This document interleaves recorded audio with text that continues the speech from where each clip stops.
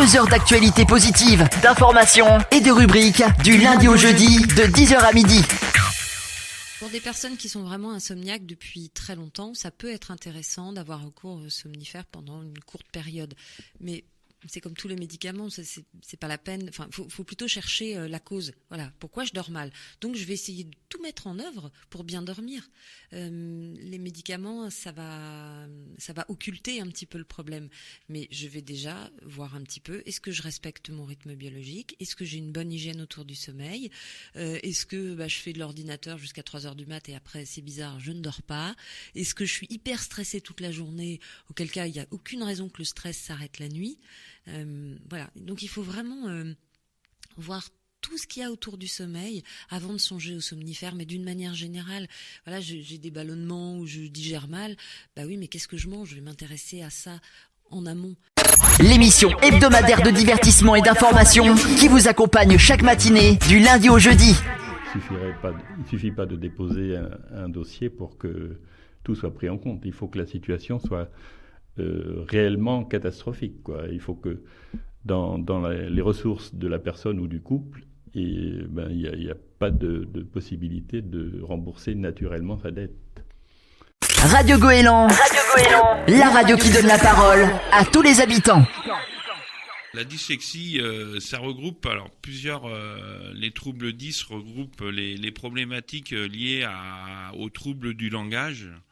La reconnaissance pour le dyslexique, c'est la reconnaissance du langage. Ils se trompent dans les consonnes, ils ont du mal à comprendre ce qui leur est dit. Donc ils sont obligés de faire beaucoup plus d'efforts pour pouvoir comprendre d'abord le sens de ce qui est dit, les retranscrire. Ils ont du mal aussi, étant donné qu'ils font beaucoup plus d'efforts, lorsqu'on va leur demander d'écrire, ils vont écrire un petit peu sur quelquefois de la phonétique. Ils n'ont plus le temps de s'occuper de la grammaticale. Donc ils vont essayer, vous voyez, ils font 3 ou 4 efforts. Alors je vais vous donner un exemple. Vous allez dire à un enfant que le chat noir traverse le garage, dans sa tête déjà le garage il est dans le noir. Il faut qu'il y ait une réflexion pour pouvoir comprendre ce qui est dit. Donc en plus, écrire, donc voilà, ça c'est la dyslexie. Radio Goéland, votre radio de proximité. Quand on parle de 5 fruits et légumes, c'est 5 fruits ou légumes, c'est pas 5 fruits et 5 légumes. Donc voilà, donc ça peut être 3 sortes de légumes et 2 fruits, ou inversement, ou 4 légumes et 1 fruit. Il y a des personnes qui mangent jamais de fruits, c'est pas grave, si elles mangent pas mal de légumes, ça s'équilibre tout à fait. Et inversement, des gens qui mangent pas beaucoup de légumes et qui ont tendance à manger plutôt des fruits. Donc on peut tout à fait équilibrer aussi comme ça.